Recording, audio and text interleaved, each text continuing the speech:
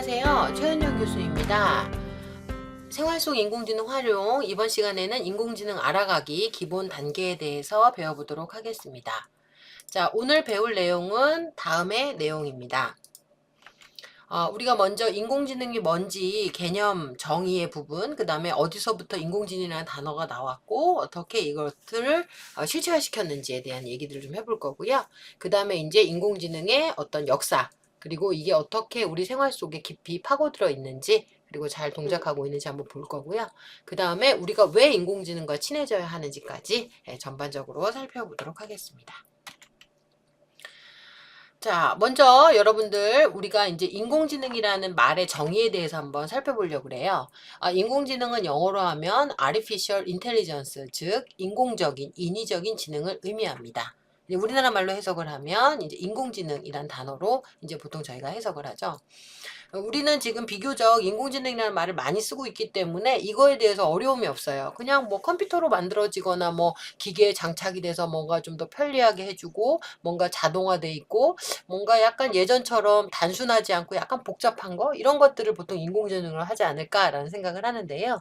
실제 이 단어가 나오게 되기는 굉장히 오래전부터 그리고 컴퓨터가 일반화되기 전부터 이 용어에 대한 논의와 개념이 시작이 됐습니다. 자, 이제 1956년이라고 하면 이제 그때는 이제 범용 컴퓨터 뭐 이런 것들이 없었을 때였어요. 특수 무적용 컴퓨터만 동작을 하고 그다음에 이제 일반 연구자들도 컴퓨터를 사용하지 않을 때였는데요. 그때 이제 1956년 다트머스 회의라고 미국에 있는 다트머스 대학교에서 학술 대회가 진행이 되었습니다. 그때 이제 존 메카시라는 교수님께서 기계 지능을 연구하는 분야, 인공지능을 한번 연구를 해보자. 그러면서 인공지능이라는 용어를 가장 처음 쓰게 됐습니다. 자, 그렇다면 이때 사용하게 된 그 인공지능에 대한 그런 키워드, 왜 어떤 의미를 갖고 있는지 한번 봐야겠죠? 자, 그 대표적인 예로 볼 수 있는 것이 바로 지능이라는 것에 대한 개념입니다. 자, 이 인공지능에서 말하는 지능은 여러분, 인간이 갖고 있는 지능을 의미합니다. 자, 결국 이 지능이라는 단어 자체는 인간의 지적 능력을 의미하는 것이고, 인간의 지적 능력에는 뭐가 있을까요? 우리는 동물과 다르게 뭐 생각하는 능력이 있다. 뭐 보통 이런 식으로 알고 있어요. 그렇지만 뭐 어려움이나 위협이 있으면 동물도 반응을 하고, 뭐 동물도 때로는 자기 둥지도 짓고 뭐 이런 것도 합니다. 그렇지만 그런 모든 것들에 대한 행동을 뭐라고 보죠? 우리는 본능이라고 보고. 그 다음에 예를 들어서 새도 새집을 짓지만 늘 뭐 2000년 전에 지었던 새집이나 지금이랑 똑같다라는 거예요. 그렇지만 인간이 짓는 집은 2000년 전의 집과 지금 집은 너무나 다르다라는 겁니다. 즉 발전과 어떤 우리의 인간의 특징, 뭐 상상력 이런 걸 통해서 좀 더 나아지는 것들, 이제 발전이 된다는 특징을 갖고 있죠. 인간의 지적 능력을 크게 이제 세 가지로 생각을 합니다. 맨 처음에 볼 수 있는 게 바로 학습력이에요. 자, 학습력이라는 건 뭐죠? 우리가 경험하지 못했던 거, 그다음에 우리가 알지 못하는 지식에 대해서 우리가 습득할 수 있는 겁니다. 예를 들어서 뭐 뜨거운 물에 손을 대면 데인다. 또는 너무 추울 때는 몸을 보호해야 된다. 이런 것들이죠. 야, 그런 것들을 알아서 처음에는 뭐 뜨거운 물에다 손을 대면 데이니까 그 다음엔 어떻게 해요? 그래도 뜨거운 물을 이제 손을 넣어야 되는 상황이 된다면 뭐 예를 들어서 방한 장갑을 낀다든지 아니면 뭐 집게를 이용한다든지 이런 것들로 이제 점점 발전이 되는 겁니다. 그래서 우리가 뭐 굳이 경험해서 아는 지식도 있지만 대부분의 지식들을 우리가 학습을 통해서 그리고 그런 학습을 통해서 우리가 간접 경험을 통해서 알게 되고 그거에 대한 대처나 대응이 가능하다는 거죠. 자, 이제 거기에 추가적으로 또 인간의 능력 중에 하나가 바로 추론력입니다. 그러니까 이제 요즘에 이제 문제가 많이 되는 게 지구온난화인데요. 지구온난화가 되면 진짜 계속 더워져서 우리나라도 이제 뭐 봄, 여름, 가을, 겨울이 아니라 이제 여름하고 겨울만 남을 거다 이런 얘기를 많이 하잖아요. 그러면 이제 어떻게 살아 하지만 우리는 또 살아갑니다. 그죠? 네. 옛날엔 더워서 못 살 것 같았지만 뭐 부채라도 만들었고 선풍기라도 만들었고 이제 에어컨도 만들고 그렇죠? 이제 아니면 뭐 인공 강우 같은 것도 하는 경우도 많이 있습니다. 그런 식으로 이제 점점 뭔가 변화하는 추세에 따라서 우리가 상상을 할 수가 있고 그 다음에 그 이유에 대한 생각을 할 수가 있고 그걸 통해서 대처를 할 수 있는 거죠. 뭐 예를 들어서 이제 뭐 우리가 바이러스 코로나 같은 바이러스 예를 들게요. 옛날에는 이제 지금 코로나 바이러스는 비교적 새로 나온 바이러스지만 뭐 예전에 아주 오래전에 뭐 패스트 같은 뭐 이런 게 바이러스가 있었다. 그럼 어떻게 했었을까요? 처음에는 그냥 아마 사람들이 다 죽었을 거예요. 이유도 모르고. 그러다 누군가 그 원인균을 발견을 했고 그것 때문에 어때요? 치료할 수 있는 방법을 이제 개발을 하는 겁니다. 그런 것들이 이제 말 그대로 우리가 기존에 있는 학습을 통해서 우리가 상상을 해서 이걸 어떻게 대응하면 좋겠다 하는 추론력에까지 되는 거죠. 자, 그걸 통해서 이제 최종적으로 인간이 갖고 있는 또 극강의 능력 중에 하나가 뭐죠? 문제 해결력입니다. 예. 이제 우리가 바이러스라는 문제에 대해서 예전에는 치료에 초점을 맞췄다면 요즘에는 뭐에 초점을 맞추죠? 예, 백신입니다. 예방에 초점을 맞추는 거죠. 우리가 바이러스나 어려움이 생기면 그거에 대한 대응에 끝나면 그냥 이제 임시 방편에 불과한 거예요. 예, 또 바이러스가 나타나면 인간은 또 죽어야 되고 또 주사를 맞아야 되고 뭔가 치료를 받아야 되는데 그 전에 해보자. 그래서 가급적 이제 그거를 비켜갈 수 있게 또 이제 걸리더라도 좀 완화시킬 수 있는 형태의 백신 또는 여러 개의 것들을 하는 거죠. 요즘에 이제 인간이 관심을 갖는 그런 것도 있잖아요. 예를 들어서 유전병이나 이런 걸 뭐 인간의 뭐 유전자 조작이나 또는 여러 가지 그런 유전 연구를 통해서 내가 선천적으로 생기는 뭔가 그런 불안 요소에 대해서 또 이제 좀 나아질 수 있도록 하는 그런 연구들도 많아지고 있어요. 그래서 이제 아까 얘기했던 것처럼 인간은 계속 발전하고 있어요. 예. 우리가 타는 자동차, 운동기관도 발전하고 있고, 그 다음에 우리가 살고 있는 집, 그 다음에 우리가 살고 있는 여러 가지 환경들, 심지어는 여러분이 쓰는 학용품, 뭐 예를 들어서 뭐 휴지나 이런 아주 사소한 것들 하나까지도 뭐예요? 계속 발전하고 변화하고 하고 있다는 거죠. 그런 걸 보면 인간은 참 대단한 존재인 거죠. 그렇죠? 인간은 학습도 할 수 있고 추론도 할 수 있고 문제 해결까지 한다는 거예요. 근데 이제 우리는 아쉬움이 뭐죠? 우리가 몸이 하나라는 게 아쉬운 거죠. 아니 뭔가 좀 대신해주고 뭔가 좀 우리의 이런 여러 가지 활동을 좀 부담을 나눠서 해줄 수 있는 게 있지 않을까. 예, 그래서 이제 생각하는 것이 인공지능이라는 겁니다. 예, 인간의 지능을 기계로 구현을 한번 해보자는 거죠. 그래서 기계가 인간처럼 활동을 하고 생각을 하는 건데 결국은 기계가 뭐예요? 인간처럼 학습하고 추론을 하고 문제를 해결하기를 바라는 거예요. 자, 그런데 여기에 이제 지각이랑 언어 이해라는 게 들어가 있어요. 그건 뭐냐? 우리가 인간은 학습이나 추론하고 문제 해결력을 할 때 우리는 이제 뇌를 통해서 하지만 결국은 그게 뭐죠? 뭔가 인지될 수 있는 소리든 감각이든 뭐 아니면 보는 그림을 통해서든지 간에 지각되는 능력이 필요하고요. 그 다음에 대체적으로 그걸 뭘로 많이 표현하죠? 말로 많이 표현을 합니다. 예. 그렇기 때문에 인간이 갖고 있는 지각 능력, 언어 능력은 또 굉장히 한 고차원적인 그런 기능 중에 하나예요. 근데 컴퓨터 시스템은 그런 것들이 없기 때문에 컴퓨터 시스템에서 그런 걸 다 포함한 형태로 한번 구현을 해서 말 그대로 인간처럼 동작하게 이제 아니면 인간처럼 100% 아니어도 인간의 어떤 기능만, 인간의 보는 기능만, 인간의 대화하는 기능만, 인간의 요리하는 기능만, 인간의 어떤 스케줄링하는 기간만, 인간이 어떤 뭐 자동차를 조립하는 기능만 이제 구현을 하자 이런 것들이 이제 인공지능의 기술의 형태로 이제 나온다는 거죠. 자, 그렇다면 기계가 지능을 가질 수 있다는 얘기예요. 근데 그걸 이제 어떻게 판단을 하냐. 여기서 이제 중요한 단어가 하나 나오는데요. 그게 바로 튜링 테스트라는 겁니다. 자, 기계는 생각을 할 수 있을까? 이걸 증명을 해야겠죠. 그렇게 하기 위해서 튜링 테스트라는 게 나왔는데 이 튜링 테스트의 튜링은 사람의 이름입니다. 여러분들 이제 그 영화 중에서 컴퓨터 관련된 영화 중에 이미테이션 게임이라는 영화가 있어요. 주인공이 굉장히 여러분이 좋아하는 분이 나오기 때문에 한번 보시는 걸 추천을 드리는데요.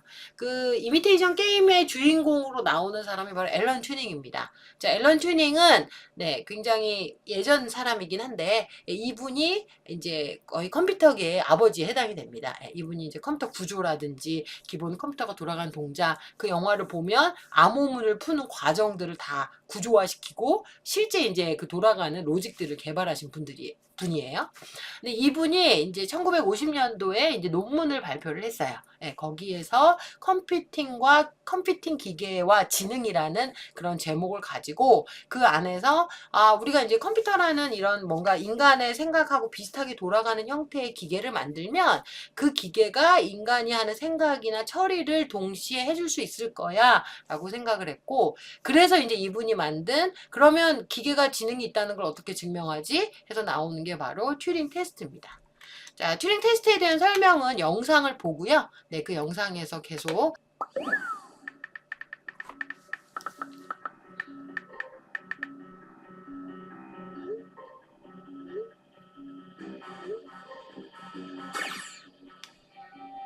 (60여 년) 만에 튜링 테스트를 통과한 우크라이나의 인공지능 프로그램 유진과 사람 간의 대화입니다.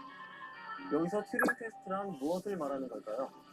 컴퓨터 과학의 선구자였던 앨런 튜링은 1950년 컴퓨팅 기계와 지능이라는 논문에서 인공지능의 완성도 점검을 위해 이 테스트를 제시하는데요.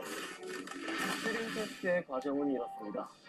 하나, 블라인드 상태의 판정자가 사람과 컴퓨터에게 질문을 던진다. 둘, 사람과 컴퓨터의 대답을 각각 들어본다. 셋, 판정자는 자기가 컴퓨터와 대화했는지 사람과 했는지 구분해본다.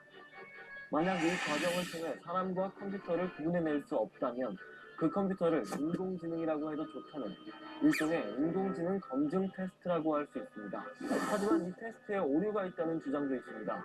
예컨대 인공지능이 질문에 아무 대답도 하지 않는 경우 인간의 의도된 침묵인지 인공지능의 기술적 결함인지 판정자가 알아채기 어렵기 때문입니다. 최초로 튜링 테스트를 통과한 유진도 모호한 대답을 남발한 경향이 있어 아직도 튜링 테스트 통과에 대한 논란이 이어지고 있다고 합니다.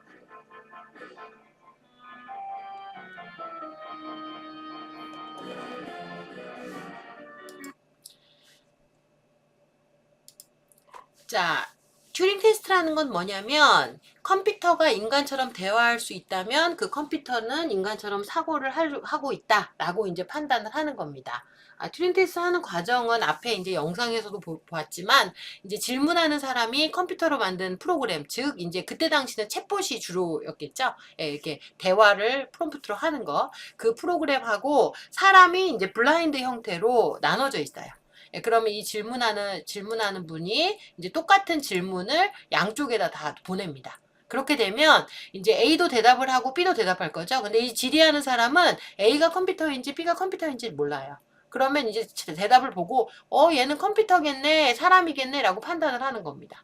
그랬는데 쭉 판단을 해봤더니 둘 다 사람 아니야? 또는 사람을 기계라고 판단하고 기계는 사람이라고 판단, 이럴 수도 있겠죠. 예, 반대적인 판단. 그래서 그걸 통해서 사람이 기계인지 못 알아챈다. 그러면 보통은 이제 요걸 튜링 테스트를 통과했고 이게 말 그대로 인공지능이 구현이 됐다라고 보는 겁니다.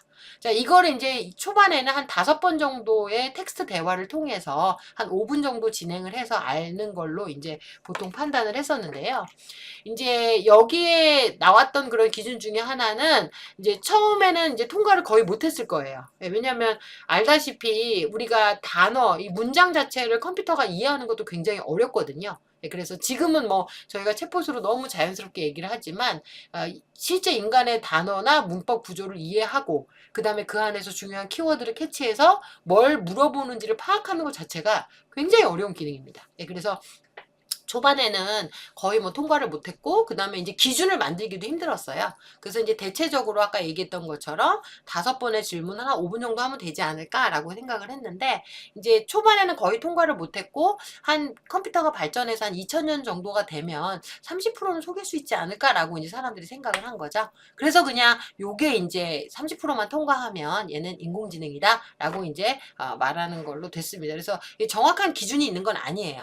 근데 이제 앞에 영상에서 보셨던 것처럼 영국의 한 대학에서 개발한 챗봇이 있어요. 이제 가정은 13살의 우크라이나 소년이다라고 가정을 해서 이름은 유진 구스트만이라는 이름을 붙였습니다. 이게 이제 그 당시에 처음으로 이제 튜링 테스트를 통과했던 챗봇이었어요. 원래는 2012년도에 도전을 했는데 이거는 누가 봐도 컴퓨터 프로그램이네라고 했기 때문에 실패를 했고요. 2014년도에는 재도전을 했고 이제 소위 말해서 심사자들의 33%의 심사위원들이 유진 이 소프트웨어를 챗봇을 이게 사람인가 보다라고 판단을 해버린 거죠. 그래서 이제 기본 기준이 30%를 넘겼다라는 그런 사건이 이제 된 거죠. 그래서 이제 그때 당시에 이제 유진 구스트만 그 챗봇을 통해서 정말 이렇게 인간이 지능을 가질 수 있구나 했는데 이제 문제는 인공지능 전문가들이 다 인정하진 않았어요. 그 이유 중에 하나가 예를 들어서 이제 질문을 이렇게 하는 거죠. 어디에 살아요? 물어봤더니 네, 우크라이나에 살아 있어요. 그래서 좀 있다가 우크라이나에 가본 적 있나 그랬더니 가본 적 없어 이렇게 대답을 한 거죠. 그러니까 뭐죠? 그러니까 예를 들어서 이거 질문을 따로따로 하면 이상하지 않죠. 근데 이걸 연결해서 하면 이상한 질문이 되는 거예요. 그래서 결국은 질문의 대답을 예를 들어서 뭐 잘 모르겠어요, 뭐 글쎄요, 뭐 이런 식으로 대답을 하면 이게 뭐 사람은 그럴 수 있으니까라고 생각하지만 이제 컴퓨터는 모르는 거에 대해서 그렇게 얘기해라. 그러면 이건 정당한 인공지능이라고 볼 수가 없는 거죠. 그래서 그런 걸들 때문에 이제 이런 그 소위 말하는 그 튜링 테스트에 대한 약간 신뢰성이나 이런 문제들이 많이 있습니다. 그런데 이제 요즘에 나오는 뭐 GPT 이런 것들은 뭐 거의 뭐 우리 사람들도 얘가 인간 아니야라고 느낄 정도로 알파고도 마찬가지죠. 바둑 너무 잘 두잖아요. 그러니까 그게 이제 블라인드 상태라면 이게 사람인지 컴퓨터인지 구별하는 게 거의 불가능합니다. 자, 그러면 이제 여기서 궁금한 게 이거죠. 그럼 지능이라는 거를 결국 기계에 심어줬다는 거고, 기계가 지능을 구현했다는 건데, 컴퓨터한테 어떻게 인간은 지능을 만들어줄 수 있을까라는 그런 문제를 생각할 수가 있습니다. 컴퓨터에게 어떻게 인간의 지능을 만들어줄 수 있을까? 이제 우리가 배우는 거랑 비슷하게 생각을 하시면 돼요. 우리가 인간이 지능을 갖는 것처럼 컴퓨터도 지능을 갖게 할 수 있지 않을까라는 그런 생각들을 하게 되는 거죠. 자, 그래서 이제 지능을 만드는 방법에 대해서 여러 개의 연구가 일어났겠죠. 근데, 우리가 이제 인공지능이라는 것들을 지금은 뭐 명시적으로 알고 있지만 아마, 어린 아이들이 챗GPT를 처음에 쓰면, 챗GPT 사람이 있나 보다라고 생각할 수도 있어요. 예. 그리고 이제 그게 인공지능이라고 말해야 되나? 지능인가? 이렇게 할 수 있어요. 결국은 왜냐면 챗GPT는 알다시피 인터넷에 있는 방대한 양의 지식, 그러니까 소위 말하는 페이지들, 데이터들을 끌어와서 그걸 통해서 이제 사용자한테 대답을 주는 거거든요.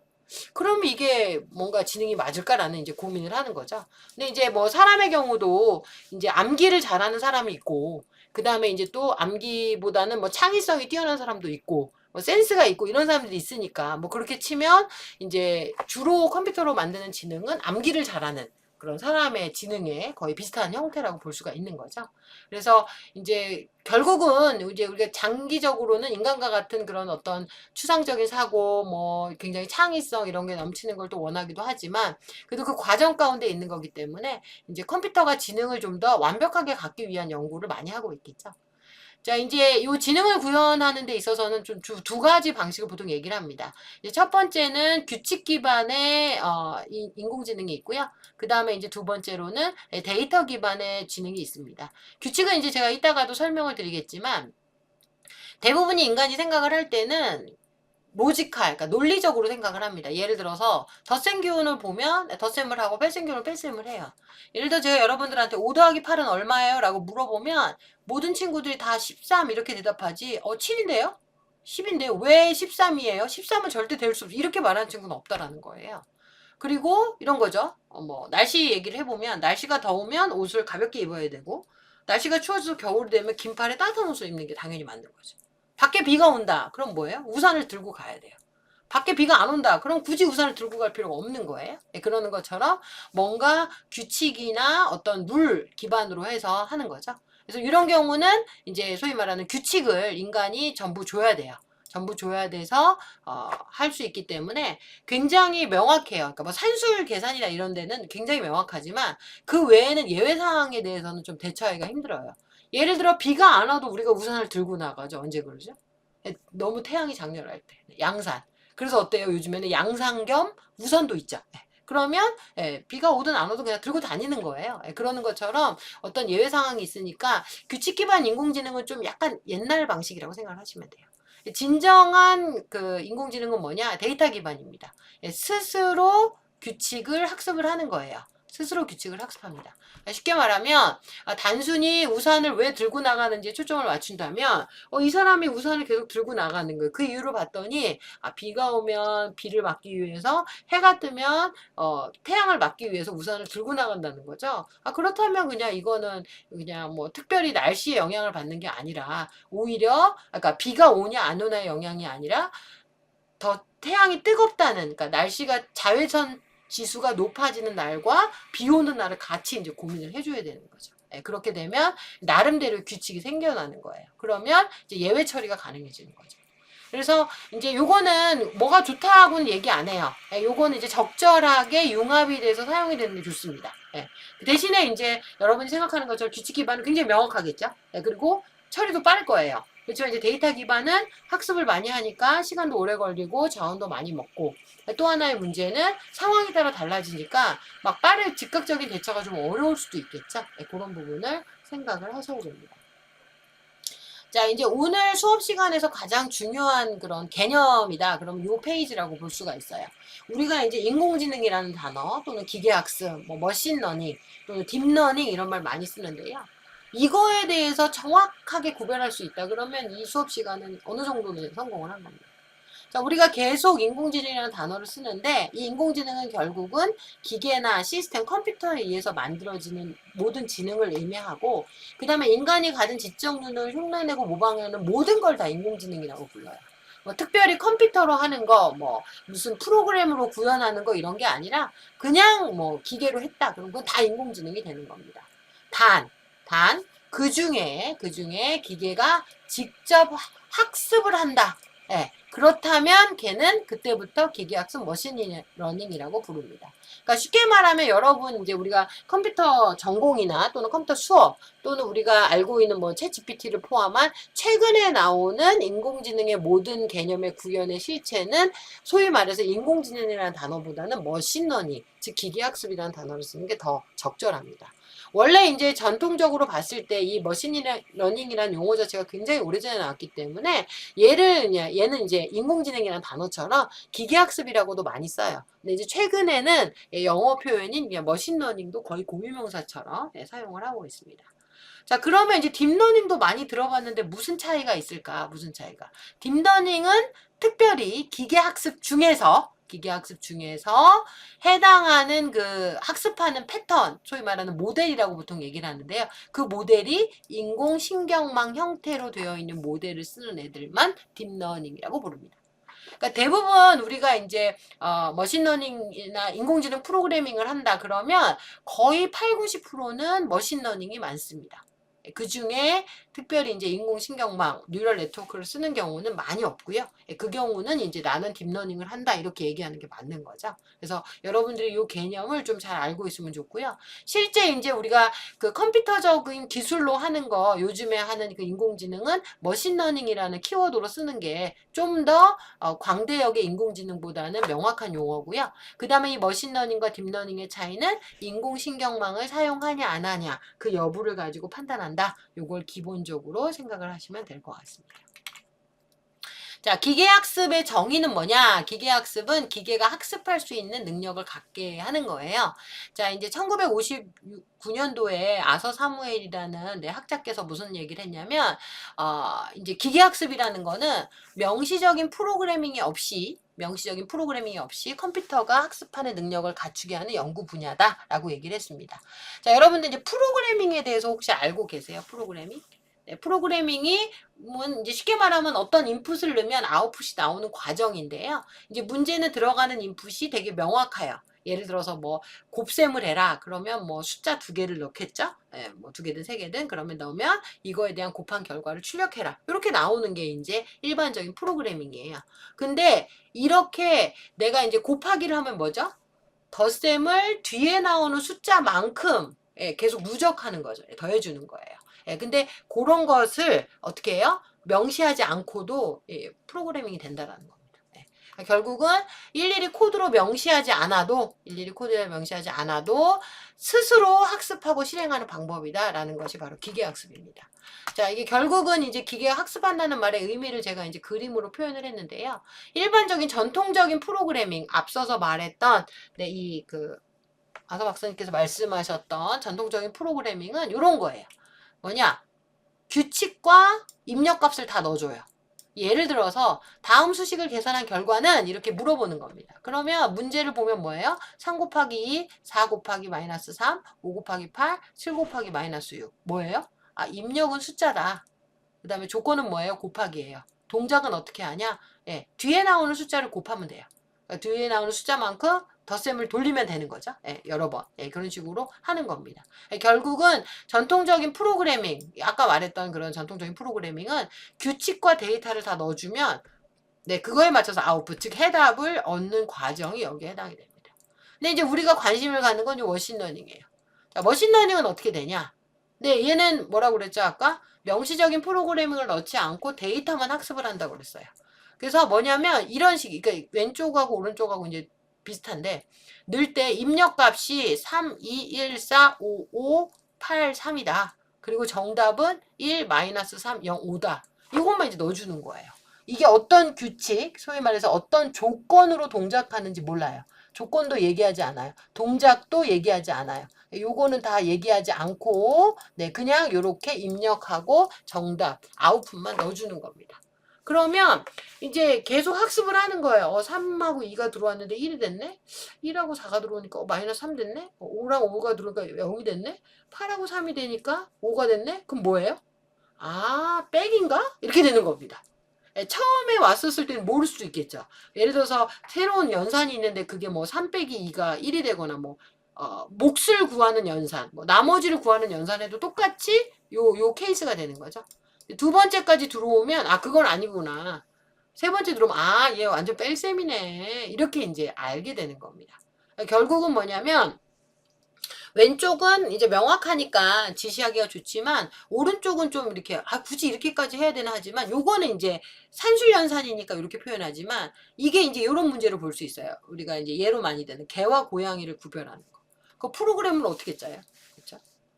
귀가 있다, 코가 있다, 멍멍 짖는다, 야옹야옹한다 이렇게 짜기에는 이게 너무 힘든 거예요 프로그래밍이. 룰이 너무 많은 거예요. 규칙이. 근데 머신러닝으로 하면 계속 고양이만 학습시키고 개만 학습시키면 알아서 이제 얘가 분류를 해준다는 겁니다.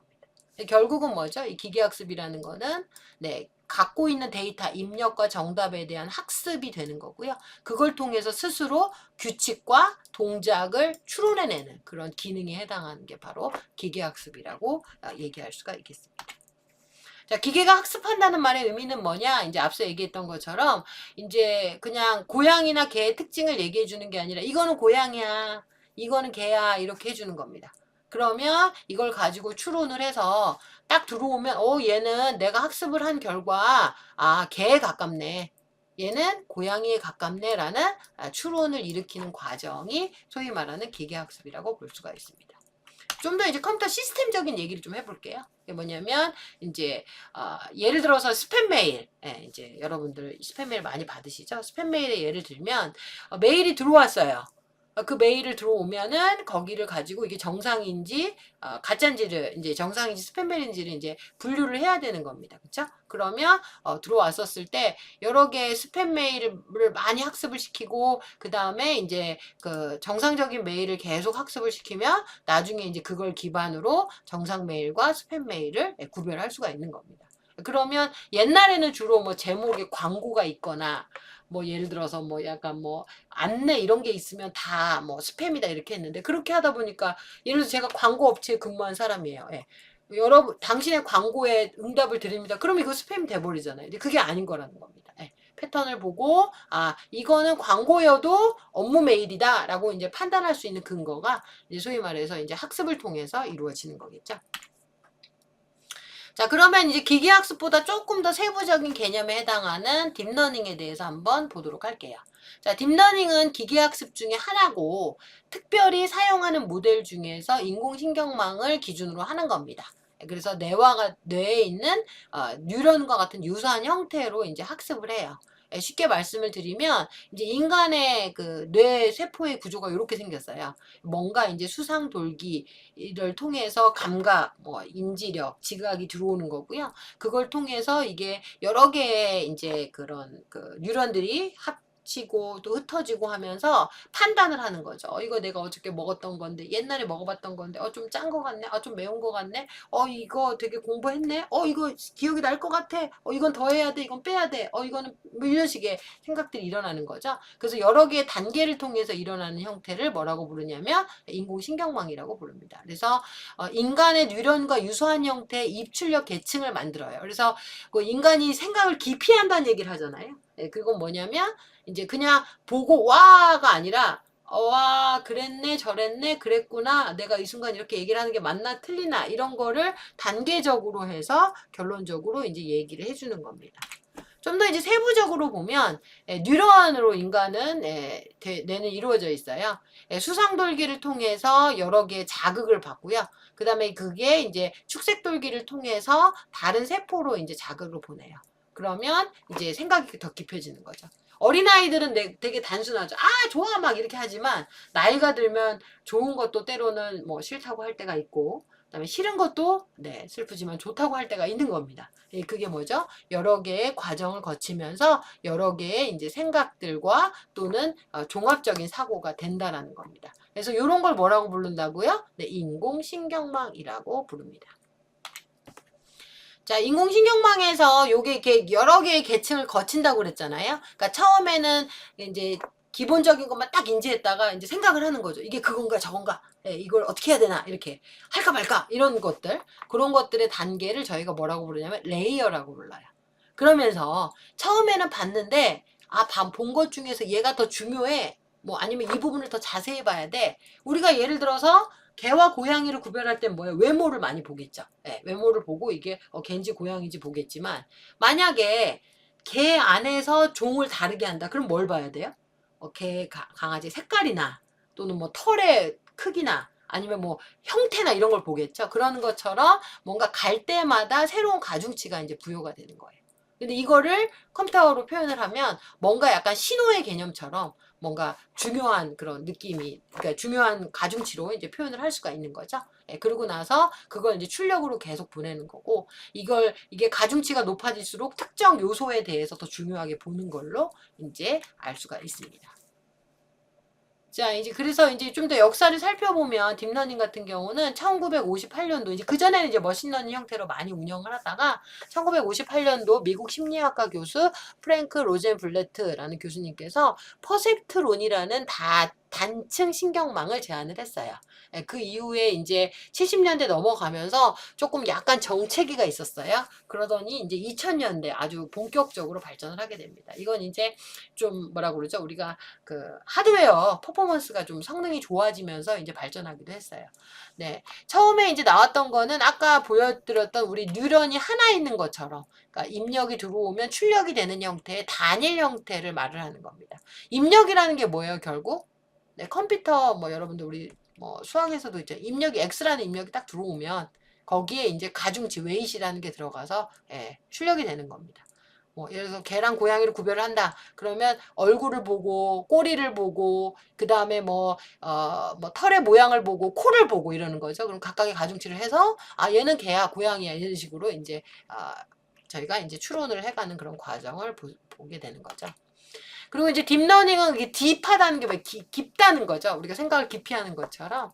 그래서 요거를 이 단일한 게 아니라 한 두세 개 정도 하는 겁니다. 2개 이상을 하는 심층 신경망 같은 경우가 이제 주로 이제 딥러닝의 예제고요. 네, 하나만 쓰더라도 이제 단층 신경망이라고 얘기를 하기 때문에 요것도 이제 딥러닝 중에 하나입니다. 그렇지만 일반적으로 이제 2개 이상의 심층 신경망을 쓰는 게 보통은 이제 딥러닝이 되겠죠. 그래서 이제 여기 보시면 왼쪽에 맨 처음 시작하는 노드가 소위 말하는 입력이 되는 거고요. 그 다음에 이제 당연히 오른쪽에 뭔가 이게 개야 고양이야 뭐 이런 거 같아. 우산을 가져갈 확률이 높아. 옷을 두껍게 입어야 돼. 오늘은 외출 안 하는 게 나을 것 같아. 라는 것들에 대한 게 이제 출력층이 되는 거고요. 중간중간에 여러 개의 상황과 특성을 보면서 판단하고 그 다음에 분기를 이뤄내는 걸 이제 은닉층이라고 얘기를 합니다. 자, 이제 예를 들어서 이제 개와 고양이를 입력을 받으면 우리는 그냥 보면 이건 고양이네, 이건 개네 알지만 컴퓨터는 그걸 모른다는 거예요. 들어오면 맨 처음에 우선 얼굴 모양을 먼저 봐요. 얘는 약간 고양인가 개인가 비슷하네. 그러다가 색깔도 봐요. 얼룩 정도도 봐요. 꼬리 정도도 봐요. 그러면서 뭔가 단계를 막막 거치고 나면 최종적으로 얘는 고양이네. 얘는 개네. 라고 판단할 수 있도록 하는 거를 이제 딥러닝이라고 이제 부릅니다. 자, 이제 이렇게 이제 우리가 기본적으로 컴퓨터로 지능을 구현하는 대의적인 인공지능의 과정. 그 다음에 이제 그 안에서 컴퓨터가 인식이나 학습을 통해서 이제 하는 거를 이제 머신러닝이라고 배웠고, 그 중에 이제 특별히 이제 신경망을 사용하는 경우를 딥러닝이라고 얘기를 한다고 그랬죠. 자, 그럼 이제 그런 거 말고 또 다른 형태로 인공지능을 분류하기도 해요. 이제 그 중에 하나가 뭐냐면 이제 약인공지능, 강인공지능, 초인공지능의 용어를 사용을 합니다. 예를 들어서 약인공지능은 위크 AI라고 불러요. 이게 뭐냐면 인간이 정한 범위 내에서 이제 특수한 일만 하는 거. 예를 들어서 알파고처럼 바둑만 두거나 뭐 왓슨의 의료 기능만 쓴다든지, 뭐 주차장에서 카메라로 숫자만 인식한다든지, 컴퓨터 핸드폰으로 얼굴 인식만 한다든지, 이런 것들이 이제 여기에 해당합니다. 자, 강인공지능은 이제 스트롱 AI라고 그래서 사람 같은 거예요. 이제 로봇처럼, 이제 인간형 로봇이 있고 휴머노이드 로봇처럼 인간처럼 뭐 사고하고 행동하는 걸 의미를 합니다. 뭐 공상 소설이나 SF 영화에 나오는 그런 휴머노이드 로봇이 이제 여기에 해당이 되는 거고요. 얘는 이제 소위 말하는 나의 이제 복제품이라고 생각을 하면 돼요. 네. 그런데 이제 이걸 뛰어넘는 AI가 있습니다. 그걸 뭐라고 부르냐? 초인공지능이라고 불러요. 슈퍼 AI라고 부르는데요. 요건 이제 소위 말하는 우리가 고민하는 거죠. 이제 미래에는 인공지능이 인류를 멸망시키지 않을까. 그쵸? 내가 휴머노이드 내 비서 로봇을 만들었는데 그 비서 로봇이 저를 암살하는 거, 죽인다. 뭐 이런 거. 예, 그런 것처럼 하는 거. 아니면 우리는 예를 들어서 우리가 뭐 지구 온난화의 문제를 해결을 못 했어요.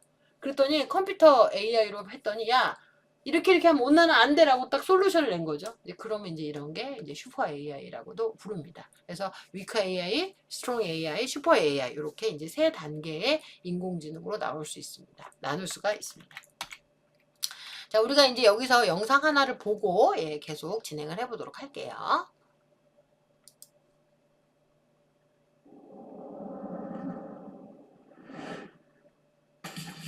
세기의 대결로 관심을 모은 이세돌 구단과 인공지능 알파고의 대국에서 이 구단이 충격의 불개패를 당했습니다. 이세돌 구단과 인공지능 알파고가 벌인 세기의 첫 대결에서 인공지능이 승리했습니다. 이세돌 구단을 이긴 알파고는 당시 우리에게 큰 충격을 줬었죠. 이번에는 인공지능이 법률 분야에 도전해서 변호사들을 상대로 승리를 거뒀습니다.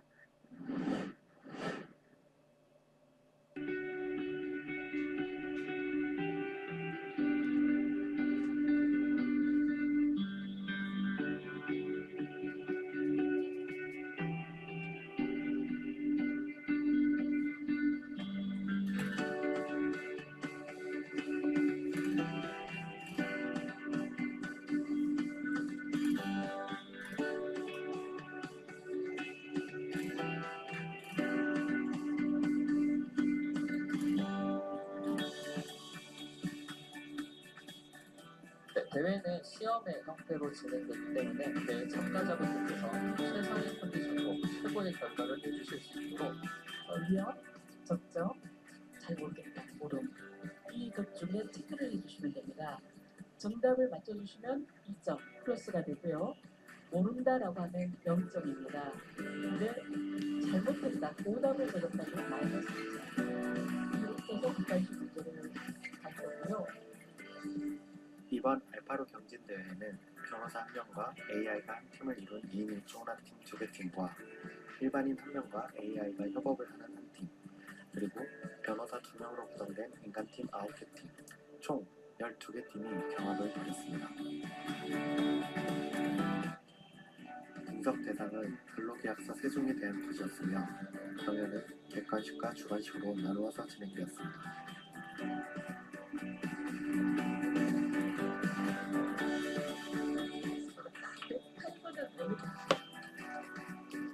알파로. 그러면 알파로가 1, 2, 3등을 다 있고. 채점 결과 AI와 협업한 팀은 100점을 상회했고 일반 변호사 팀은 절반 수준에 그쳤습니다. 살짝 웃음, 시사는 단순 협업성취 연구원 작품을 만드십니다. 3장, AI를 이용하신 김성훈 변호사 말씀이십니다. 저희가 인공지능을 학습에서 열파로 정책대회에서 우수한 성적을 거둘 수 있도록 무려 3장을 수료합니다. 2019년 8월 29일 알파고가 한 주민회입니다.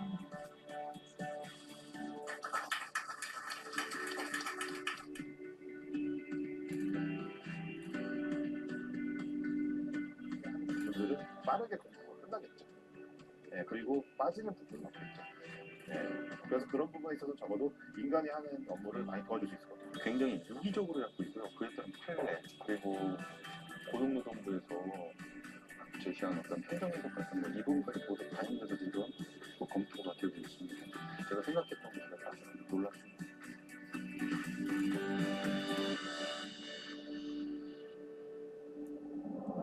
네, 영상에도 나오지만 알파고가 실제 바둑을 뒀을 때 이세돌이 이세돌이 진 게 중요한 게 아니라 알파고가 바둑을 뒀던 케이스 중에 유일하게 패한 게 이세돌이었어요. 이세돌이 더 대단한 거죠. 이제 그때부터 인공지능이 굉장히 많이 업무 분야에 각광을 받기 시작해서 여기 이제 예전에 나오는 것처럼 법률 분야에 한번 도전을 했는데 여러분도 느끼시겠지만 법률 분야야말로 인공지능이 훨씬 잘할 것 같잖아요. 우리 맨날 판사를 AI로 바꿔야 된다 이런 얘기 많이 하잖아요.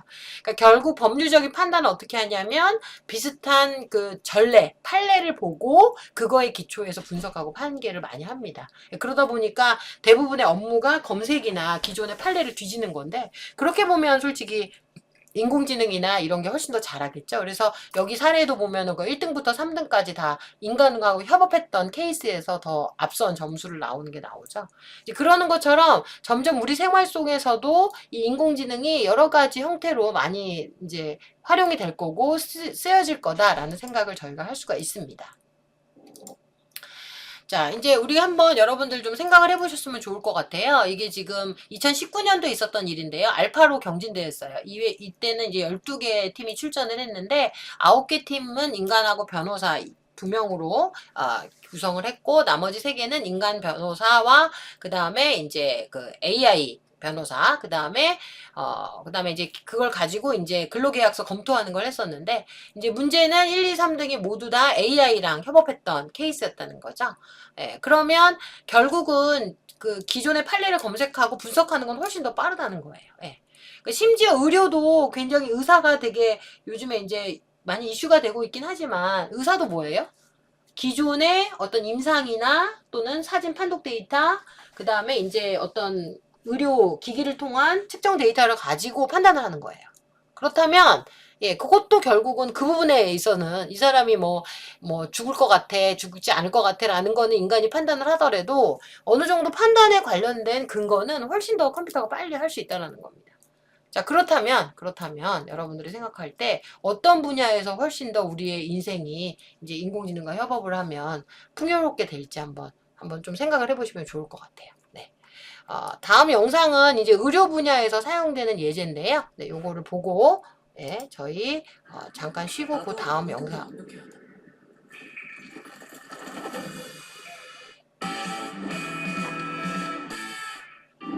이번 주 핫 이슈.